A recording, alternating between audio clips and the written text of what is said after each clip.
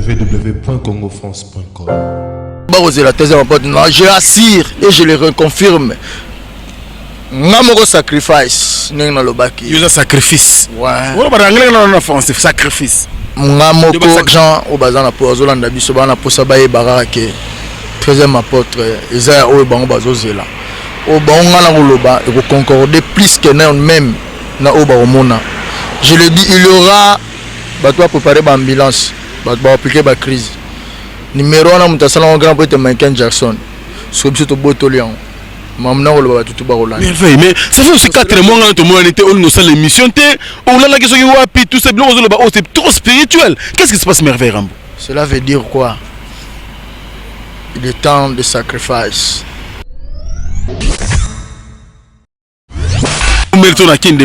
Tu vois là mon programme na biso fonctionne dans la programme à motute quand Kofi était Kofi ba tutu ba la qui te faire à travailler à Kofi Olomide azala qui toza oh national lobby on est bon so ba kutana quand côté quadra ko ramana bien ke ba bien ke boss style je le dis aza mutu mo aza jeune mo à respecter rabat Congo France Bisona bango na biso bisona bango ekara molai France.com site ya kono masolo danger Masola Bitoko. Et nous sommes Campus de la Santé, qui est une ONG de droits congolais qui travaille dans le domaine de la santé. Et il a à son sein 3 programmes principaux. Il y a la couverture santé, il y a la formation continue et il y a aussi l'économie autour de la santé. Et à ce qui concerne la couverture santé, nous avons pensé à mettre sur pied des sites de soins de santé au niveau de la communauté.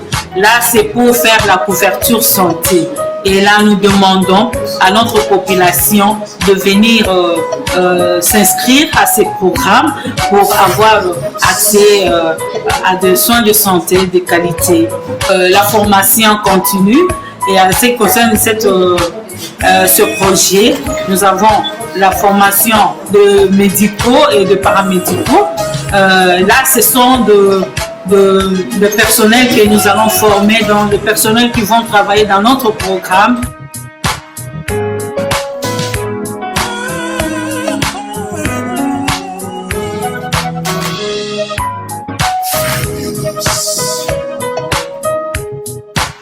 Je pose des banques à la boca.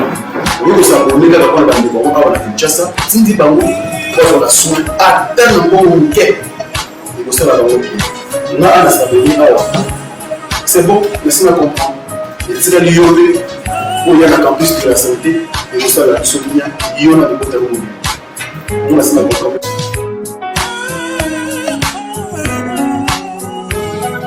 Fidèles internautes, merci de nous renouveler votre confiance. Voilà, donc je suis là, votre humble serviteur Franck Stema Dissouka. Je suis encore venu chez vous, mesdames et messieurs, avec une autre actualité, comme vous le savez bien. Le Quadra Koraman vient d'annoncer, bien sûr, officiellement la sortie de son album 13e Apôtre. Après donc une grande production donc, du côté de FESPAM à Brazzaville. Il était là et aujourd'hui, mesdames et messieurs, comme vous savez bien, il y a une actualité.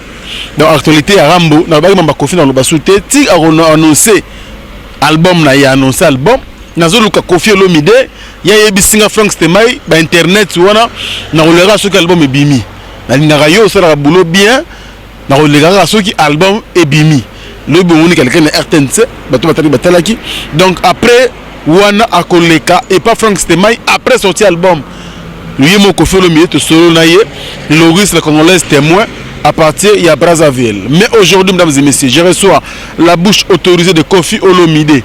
Ça fait au moins 4 mois que je merveille Rambobi, ils ont kita. Ils ont benda zongisa. Alors, à Outi Brazzaville, tous les news de Koffi Olomide. Parce que Koffi Olomide, Franck Stemai, il y a une merveille. Alors, il y a une Brazza. Alors, il y a une Gumbi artiste na Brazzaville. Et c'est vrai. Voilà, je fais appel bien sûr à Merveille Rambo, il est avec moi ici, bien habillé, na moi Gondo Kaka, Negezalaka. Franck Stemai, Merveille Rambo. Ouais, mon donc Boni. Bien. Merci. Na longwana shingom na pesi batutu ba olanda ngambo tebele, particulièrement na yemoko, mikolo ba ko benge plus qu'un phénomène. Plus qu'un phénomène. Oui, plus qu'un phénomène. Les grand poète Dengues. Pour te remettre à sur la Braza. Surtout que Nagi Braza, bango tout baki Nagi Fespam. Là, tu comme il y a grand poète Dengues, ça a mis batutu. Sur la batutu, on a zéro leader, on a leader. Il y a bisouana kuna. Sur la leader, on a ngapé na yaki wana. Le seul infidèle, oh chef d'orchestre qui gagne à la guitare. Tu monnaie image à ouvrir à bino monité. Te bisou to zaba grimacer s'il te plaît. Bisou to zaba grimacer biso toza bato tobetaki first class biso tosiko tozanga baimage tobetaki Ali Ben Bongo atelemi grand prêtre Ouattara atelemi grand prêtre Dengues barobina biso toza na Facebook déjà c'est ça déjà donc on a ce qu'on est makam mais réception président de la République ayambaki quoi le phénomène ngia makanda Weranson le roi de la forêt bayambi to moni baimage ninga yambaki yebino bozo eske wapi non makasa na image mais to moni sur internet bango batie côté na bango ba image wana mobimbe so tali image wana on a merveille ramba tout en costume na alaki wana on a grand prêtre quadre alaki wana to like de on va ngala grand prêtre quadre to alaki wana bango ba like ya bango mais ce qu'on a loba nini on moni to kenaki biso tout braza parlant na PCM moko Spiritu Santos l'homme de la suprématie Jean-Jacques Malulu Mbote le boss maintenant Jean-Jacques Malulu donc cela veut dire quoi to comment braza bozaki fait spam tout le monde premier coup d'appel les amis monsieur Vincent Gomez on a appelé ça Mbote ayebisi quadra korama tu vas te produire demain na mariage yami na ngai to ya wana to beta mariage wana ezaki dégâts le lendemain mamo yo réunion na to kendaki on a grand prêtre Dengues après ça to yemba la moko ko beta ndule siko na Fobex na ola kiso carte o moni bana mikili ba combien Fobex de Kofi staff de Kofi ba combien forum Fobex Africa o moni yango biso nchigeza mo mutu eza mo makasi yango Forbes Afrique dans Fobex Africa donc cela veut dire quoi et Renissa qui va président ba ki bando parler sur maram na bango ce qu'on a soirée wana Kofi sur la image wana ba maki ba tout c'est grand prêtre je le dis tout haut tout bas ba tout ba yo kake tout haut grand prêtre Dengues Sasungeso azwa micro à lobby Kofi Olomide tu es le plus fort de Brazzaville tu es le plus fort de Kinshasa tu es le plus fort d'Afrique et tu es le plus fort. Mais c'est le président à la zone Mamaloba, président Lobaki. Mais on considère le président de donc après Vezanine. Vous ne pouvez pas dire que mon nabi, mon nabi, Koufi, moi de tout les quitté. Yo kayo de tout dans Dengues, c'est un bon babongo. Et bon tout les images sont là. Quand je dis naïe les images sont là. C'est pas caméra, c'est un bango image intégrale. Batuano ebo lobby wana. Il y a réunion wana ba yebisa. Ba relaxa yango. Donc cela veut dire que président Dengues au bango, président Wera vandi wana. Là, quand on a plus combo, il y a plus qu'un phénomène et bimate. Ancêtre, habitué plus qu'un phénomène. Demain, au Robeta, dans le forum, tu seras le seul musicien au Robeta. Son nom la tembe, tout n'a pas tout. Le musicien tout. C'est le président de la République qui parle. Je te dis à haute voix, et ça vérité, et ça vérifiable. On comprend, et ça n'est ni secret de polychilente. Donc cela veut dire quoi? Bango tout va vendre un grand prêtre Dengues ça soit le bien au Kofi Olomide. Monsieur Frank Stemai lobby nango lisusu to beta na forum on habite yango moni staff ça va preuve tangible o ata leader mo na ngote o carte maman na lo baba tete ndai ba Jean-Jacques Malulu le vrai boss aye bien Loris Azala qui mena mona qui était on les a qui first class na ndenga mabeti wana mutu na biso na pese mboto on les est-ce que za ba président ba congolais to alega ba tete ndai ba grand prêtre José Ndundu la noblesse ba Jean-Jacques Malulu le tout puissant on peut donc bango wana nde ba la ki lorsque to beta ndule wana grand prêtre binani ya on avant fait spam to après fait spam bango ba kende déjà ba beti ba tikali balingo kende te ba yaki réunion lorsque ba confirmer examen bimi examen ya bimi ce ko ba bisi quadra ka yo mto beta to beta biso moko Ali Ben Bongo vandi wana grand prêtre Ouattara bandi quadra ko ramana simi micro ako binisa abo maniam ayela bango ba président babina c'était pour la première fois je jure dans ma vie namona ba président ba okata luketu bongo mamuna ko les images sont là de là aussi to yeli susu tunanga nini Fespam place batutu ba yaki po moni Fespam batu miso ba betia grimace ndeni ba image ya bango ye tout mbanga oye manzembo nini yango mamu grand prêtre Dengues abengaki okoye manzembo nini biso la to beti Fespam ya laki batu to tibo batu bazongi maboko mbisi la star reine Cindy le qui a fait chanter les gens Koffi Olomide ayembisi bato babi bana to yaki to mando ka gri simba gri do bango musique na bato ba congolais na biso musique ba betaki ba kopel ko ba Brazzaville et ba décalé betaka ba Brazzaville simba biso zalaki to biso ko zalaki rumba ezalaki nzembo après la danse du moment c'est la danse nyama peuvent venir merveille rambo je suis au pub bato ta publicité dans sur to bininga na grand peu de quoi dans la star na ba danseuse donc cela veut dire il y a un clip au bima la star déjà ba clip bato bon on a 13e pote ngai na sala déjà ba clip mais merveille tango le babo est-ce que quand ça Koffi azana na mboka ba mise belé azan le plus fort le président de la République le bana munoko na ye eza chef de muto lo bata eza muto muke de mi peuple de minutes na rozela ba image wana sans blague ezali eza rozela te kota na nini office à Koffi central solala Angelou central mamna lo ba Angelou central azoko solala a routine longo on a mon président le président le bana réunion mais oui na réunion ça mobi mais chose na tembe kendera place sur la ba personne intégralité.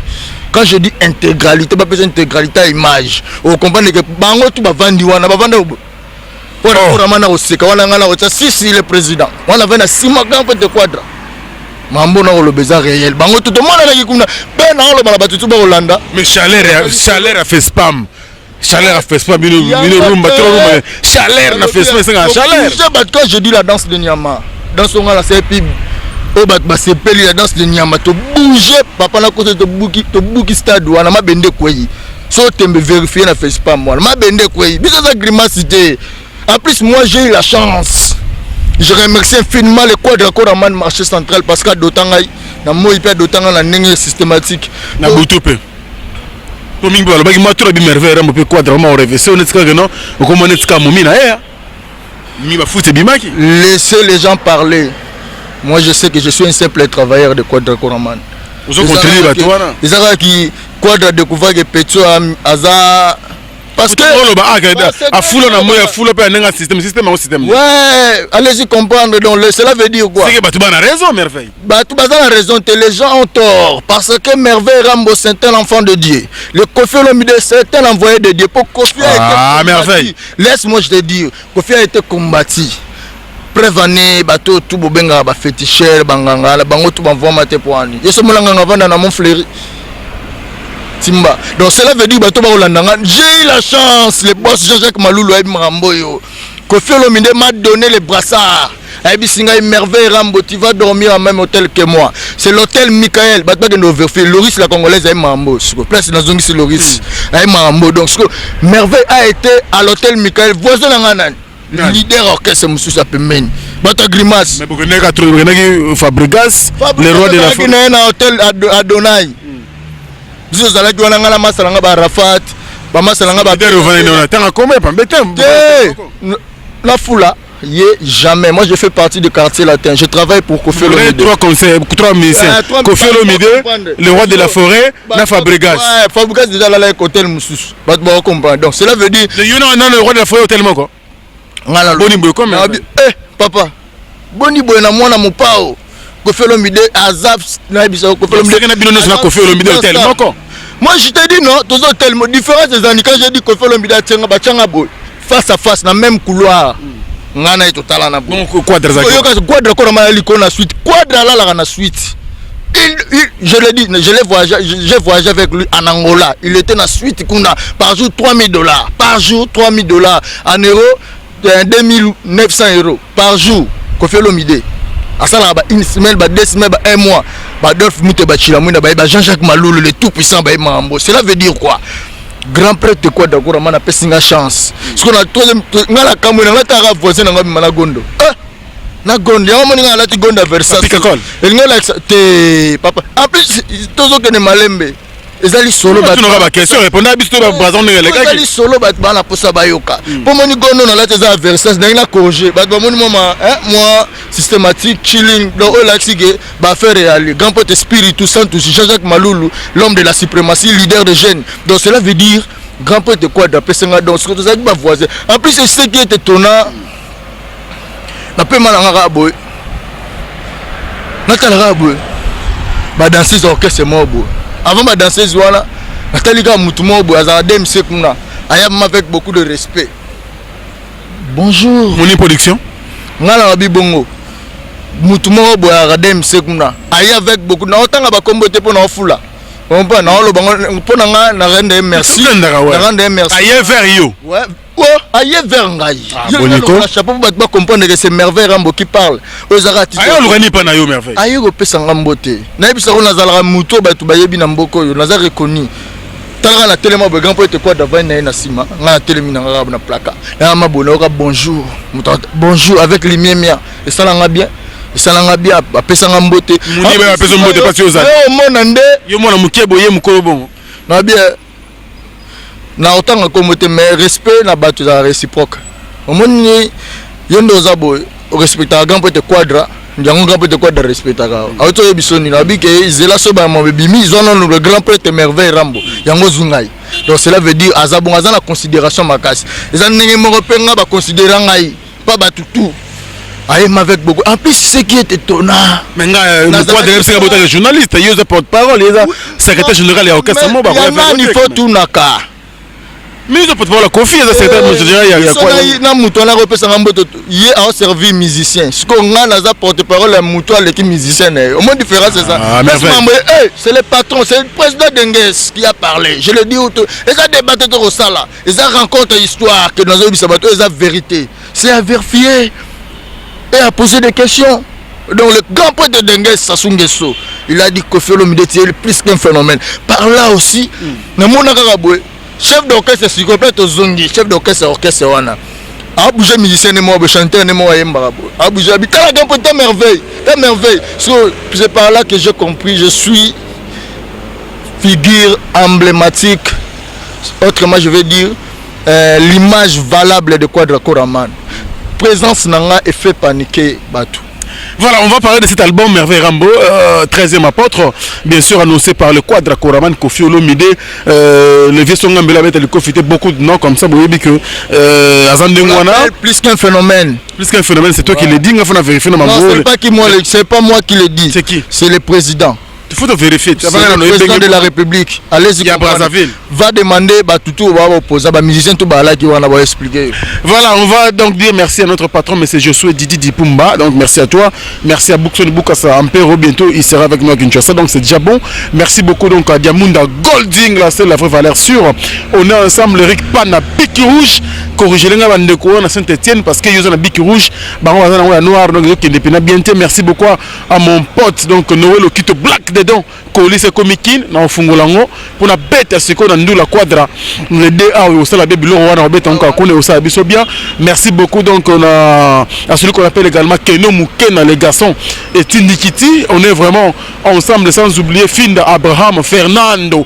Merci beaucoup à toi, tu es très puissant, mon pote, pourquoi pas celle qu'on appelle Loris la Congolaise, donc on est vraiment ensemble, je n'oublie jamais, hein, ça n'aura jamais, tout Franck Stemay à travers le monde, donc Boza Telme Belé, donc Boza Telme Belé, Jipen Kossi, à Montréal, donc Motema Gabim Fumum Pamantante, donc on est vraiment ensemble, tout ça, vraiment ensemble, bien, je n'oublie jamais, Belé, Patrick Bompongo, mon pote, la kin awa merci beaucoup on sera toujours ensemble je n'oublie jamais Dadi Katala il y a pas la biso playboy au Sarana donc merci beaucoup à vous on est vraiment ensemble on évolue et comme ça Merveille Rambo ouais tout peut-être que sur la 13e apôtre et que ça la biso bien album au Koffi Olomide ça peut la date d'ici quelques jours d'ici un mois parce que Abiba mieux déjà bien tout est déjà bien fin prêt alors nous avons mon album voilà est-ce que le lot Teresa bien tout le monde va album ba flashing était bimaki tout le monde va boki nous on la 13e apôtre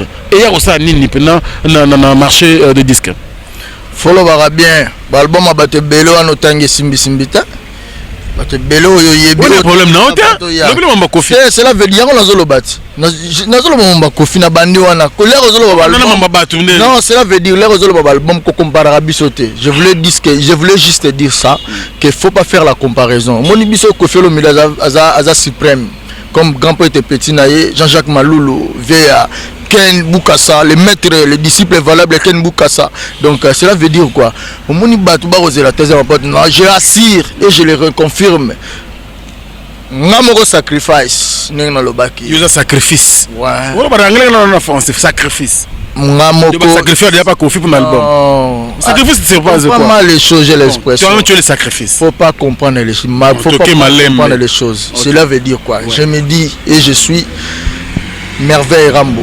Je dis que Ngamoko sacrifice. Cela veut dire quoi? Nami ebi force. Force nanga roloba. Force nanga rozala. La force nanga romona. Sacrifier pour la boulot. Cela veut dire quoi? Non, yo comprends non, je sais ce que je dis. Donc ceux qui trésor ma porte simbité bon mon nanga suna mukiliote. Zela bande ko bota la biso à travers le monde, c'est qu'il c'est très profond. Na linga bande la attentivement tout le biso nous ensemble. Mais frère linga bande la malomolobi. Je le dis ouvertement. Ceux qui trésor ma porte simbité ngai Merveille Rambo, la force noire Guardiola doté par grand pote Quadra Koraman batwa mon angali soute Odaye. Donc Jean-Jacques Maloulou, le boss silencieux, Spiritus Santos, l'homme sacré, Pentacle, les boss, l'espoir de la jeunesse congolaise, Via, Ken, le maître, Boukassa, disciple valable, et grand prêtre, l'éléphant de l'île, que je salue avec beaucoup de respect, Georges Kalumbe, na bosante Land Muzinga, contrôleur Rennes, Serango, hein, Land Muzinga, la Reine, Oyebana déjà. Na pesi grand poète Mila Mutombo Bambote et Sina Lobaki. Ce que mon particularité à 13e apôtre les années. Et ça la force. Au moins la force. Je te bête à la force toi. Je le dis sans conquérant. Mais quand tu parles de force, ton solo là, entre frères, n'a pas besoin clair. Bino bête na ba force tout. Quel genre de force? Ba force maléfique pesa? On parle de la force divine, la force sanctuelle, spirituelle. Au-delà de tout ça, la force qui est au-delà de la nature. C'est le seul Dieu qui connaît cette force, le pouvoir. Je le dis ouvertement, 13e apôtre va emballer. Un succès fou. Non, bon, mais mission à merveille. Papa, dans la hôtel Moko, na grand prêtre Quadra, il y a l'icolo, on a assez. Donc cela veut dire l'icolo nzambe na mabele Kofi Olomide, na l'imam na lobby. Azo contrôler nature, la force sur banati. Pour moi, oui, je l'ai dit ouvertement, il y a des principautés. Kofi Olomide as un maître de la nature. Na l'icolo nzambe na seye, grand prêtre Quadra. Ayebi force wana. Ba big 13e. Ce que betité, je le dis, moi sacrifice. Na yebi nzelani na zali pe nzelani na rokende. Ba comprendre na nuke. Bientôt ba resepela. Merci beaucoup. Donc voilà, on va faire parler de ces messieurs. Merci beaucoup à Fiston Powell. Fiston Powell, New Look, mon pote. Hein? New Look international. Fiston Powell. Aux Aroya, mon qu'il fait sentir que Fiston Powell à Zakoya. Dans la Moussou Junior Kalala, Moulouba Yamwindo. Merci beaucoup à toi. L'argent n'aime pas les bruits. Junior Kalala, prêtre au Saranete. Merci également donc la bande de tout Tertio Mukumi, l'international et toute la famille Mukumi. La bimisi Masana Ange Mukumi, Patterson Mukumi, Boyotelme Bele, Dika Bongo. Donc merci beaucoup à toi. Boyotelme Bele, Boyotelme à travers le monde. Boyotelme Ebele. Narobo Sanarabino jamais. Alors Boyotelme Pire Ngaï. Donc merci beaucoup à vous. Donc vers la fin de cette émission Merveille Rambo.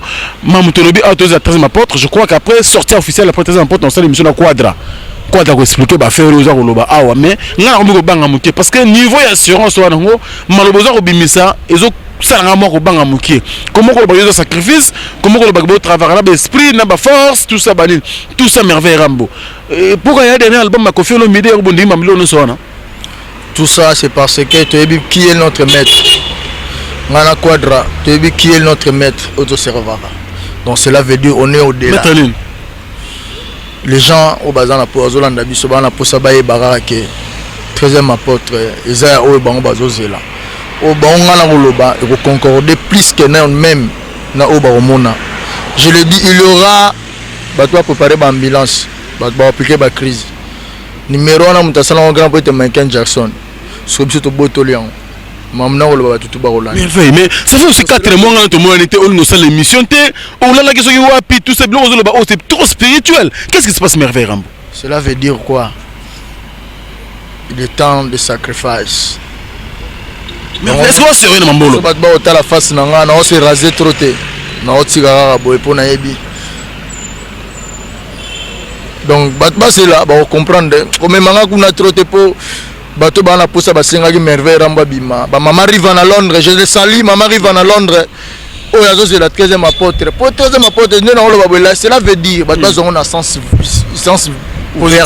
positif cela veut dire quoi je le dis que Koffi Olomide il prie aza chrétien parce que tout bayebi kaza catholique azo sacrifice yoka azo sacrement na ya confirmation pe ya communion ndenge mo nga pe merveille rambo nzela moko donc cela veut dire quoi ba mama arrive à Londres bayebi que album wane ko simba pour Koffi Olomide a 8 ans na ya resembler à 8 ans na plutôt temps na ya travailler deuxièmement 8 ans ya resembler cela veut dire quoi tant de Jésus so moni dimanche les gars qui dimanche déjà livre gango déjà il na Caribou variété si je me trompe pas dans livre gango déjà livre 13e apôtre livre gango déjà ouais voilà donc base à Rosepela ba Rosepela pour moi mambo yo mambo yo est trop profond cela veut dire Koffi a bossé pas moni ba tout ba raté pe amoni sous moko ezani ye na conquérante pour ba Nigeria tout ba petit na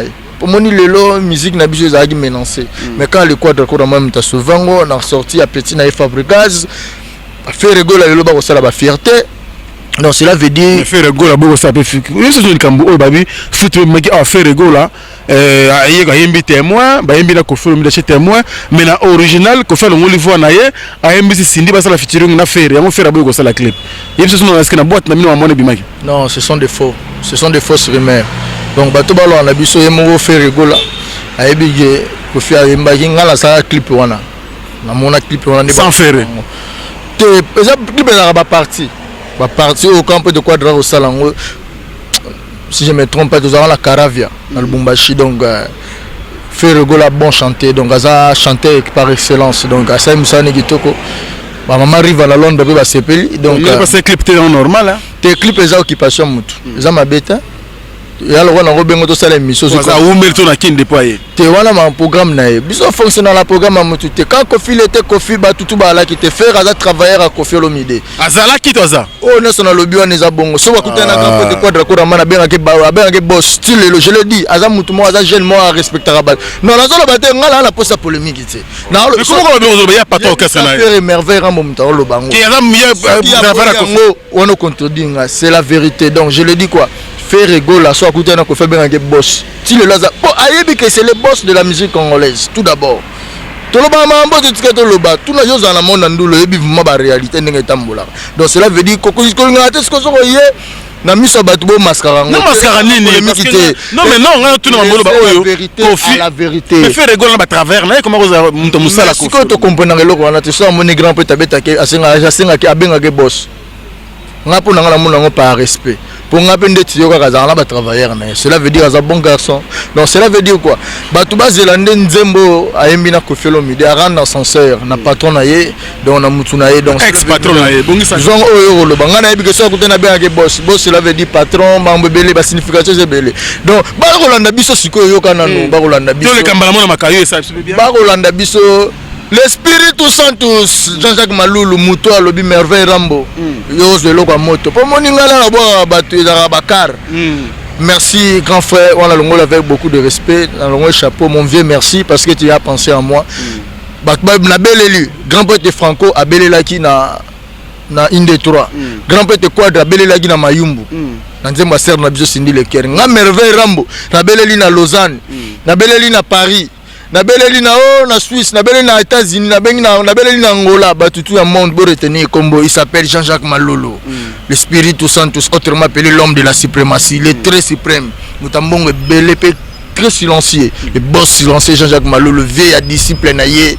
grand prêtre Ken Bukasa donc vewana la ki petit na ye merci mon vieux pour na geste na bosani li sous-souté l'éléphant de l'île na baxi Rajab Douani mon konzamata dit l'éléphant de l'île Georges Kaloum et yosa famille Milan Mutombo l'image de merveille Rambo Bogar Bogaro ala na bela so tale boto na battre donc Milan Mutombo na bosani souté les vieux Toutouro avec beaucoup de respect et j'informe à tout le monde le président Boubou Lyon de la Likondi protège toujours avec force le Cell Security International pour na silisa bazé belé batu baina kina wazaina mwana mvua azalia wa batu baye baka na pesipe na musika grand sœur na biso tabu fatu na bosa nte Rajab Douani mon frère na bosa nite sur Fabien de plus to dit tete beauté suprême patou soda Nzinga Kuvu Masanangaye apesi ba play tout na bosanité pour terminer. Le Spiritus Sanctus Jean-Jacques Malolo, le vrai billet et le silencieux boss. Merci beaucoup Merveille Rambo. Donc c'était votre humble serviteur Merveille Rambo, donc le porte-parole de Quadra Koraman, le Kofi Olomide. Donc voilà, avec quelques lignes par rapport à l'album 13e apôtre et puis la production du côté donc du Brazzaville. Bana Sudaf na Djobour bientôt là, tous à l'ensemble. Merci beaucoup donc na Dems vidéo, hein, vous avez biso merci beaucoup donc à Patuchi Nemu. Bon bazako na Djobour, bazako de la France Stemai. Merci également donc na Nati le Collé, donc yazape kuna aux la biso ça me plaisir. Pourquoi pas aussi hein, donc c'est lui qu'on appelle donc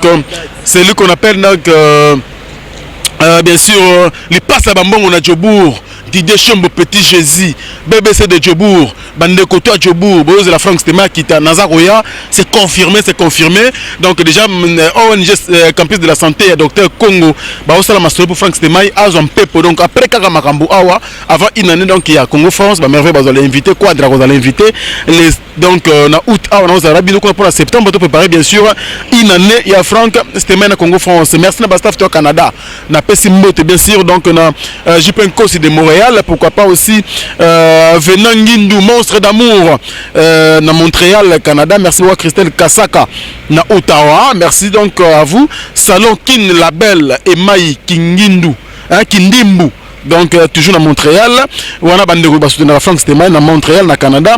Vous avez à Montréal, donc bah vraiment et belé donc Massananga Dadi Katalai.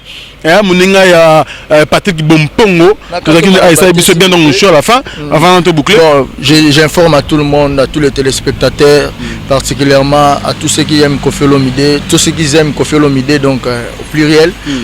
Sachez-le bien que au mois d'octobre, le 13 octobre de cette année même, sortie mondiale, le 13 octobre. Le 13 octobre, je le dis ouvertement. C'est la télé, donc le 13 octobre, le Quadra Koraman va frapper fort, sortie exclusivité mondiale de l'album 13e apôtre. Par là, le président Tuturoba, Boubou Liondela, Nabosani Pété, Junior Kosa, Nabambandanangaï, Nabosani Pété, Moko, grand prêtre de Likonzinga, Mama Riva na Londres, Mopa Portarayo, toujours, Bissopé Bapeti Nayo, Tozawana, Mama Riva na Londres, Chibo Apula Ballon d'Or, Tozaniawa, sans oublier encore, j'ai rectifié encore. Il s'appelle la suprématie. Malolo Jean-Jacques, le boss silencieux. Merci Merveille, donc merci donc à Nénette Louyeye, notre sœur qui nous suit aussi avec beaucoup de plaisir. C'était donc Merveille Rambo, merci à Cédric Mouna, artiste qui était donc à la prise de vie, mais également à la réalisation de cette émission. Moi, Franck Stéma et votre humble serviteur. Je vous retrouve très prochainement dans un autre numéro. Mais pas Djobo, je suis en train d'arriver déjà. Bobongza terrain, pas tout une mou, car il y a beaucoup de quand même ces vidéos pour préparer ce terrain. Artiste tout à Djobo, comédien, musicien, tout ça la émission qu'on a Djobo, Ottawa, partout, pardon, pas Cape Town, partout, Toroleka et ça la bien. Moi, je vous retrouve très prochainement, mesdames et messieurs, dans un autre numéro. Au revoir et bye bye. Croco, ça c'est Versace.